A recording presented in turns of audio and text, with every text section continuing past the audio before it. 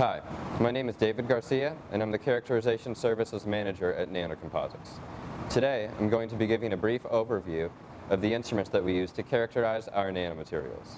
Every product we sell comes with a certificate of analysis. We use the 6 techniques that I'll be discussing to make all of these measurements.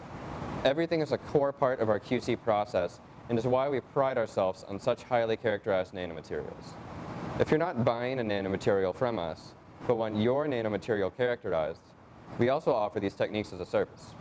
For more information on each technique and submitting a sample for analysis, please visit our Characterization Services page. TEM is a technique that is used to image materials that are smaller than visible light and thus cannot be seen on a conventional optical microscope. In a TEM, one side has an electron beam and the other side has a detector, in this case a CCD camera. In between is your sample, which is dried down onto a grid. Nanoparticles absorb the incoming electrons, which creates shadows where the particles are. From this data, you can learn about the particle's size, structure, shape, and even crystallinity. TEM is a vital characterization technique at Nanocomposites that is used to quantify the base or grain particle size, an important metric that is featured on all of our certificate of analyses. If you also know the concentration of your particles, you can combine the numbers to calculate things such as surface area and particle concentration. To understand how our particles absorb and scatter light, we use a UV-Vis spectrophotometer.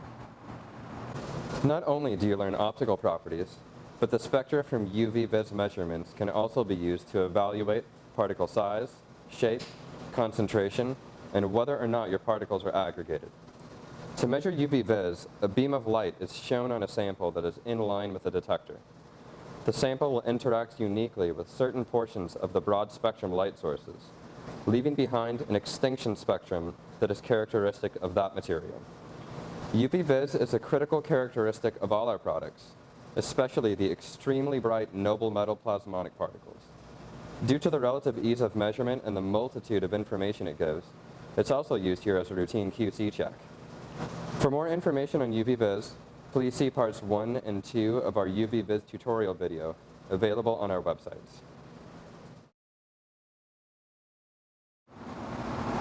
Many of our products are used for in vivo applications, and so it's really important for us to make sure that they are free of bacterial contamination.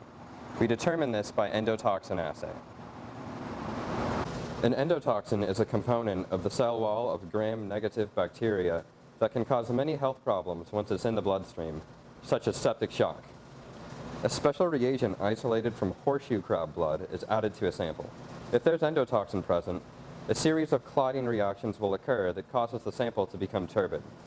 The rate that it becomes turbid is proportional to the endotoxin content, and this rate can be compared against a standard curve to calculate the endotoxin concentration. ICP-MS is the most sensitive method we have to identify and measure the concentration of metals. In an ICP-MS, superhot plasma is used to atomize samples, creating ions. A quadrupole mass analyzer filters these ions based upon their mass to charge ratio, and ions that pass through the filter hit a detector and are counted. This can be compared against a serial dilution curve, and extremely precise concentrations can be determined this way. ICP-MS measurements are essential in determining the concentration of our products. This in turn aids in the calculation of particle concentration and surface area.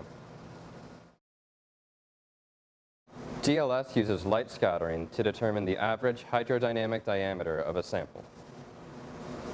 The hydrodynamic diameter is the size of the base particle plus the layer of ions, molecules, and covalently bound ligands on the surface that travel with the particle as it moves in solution.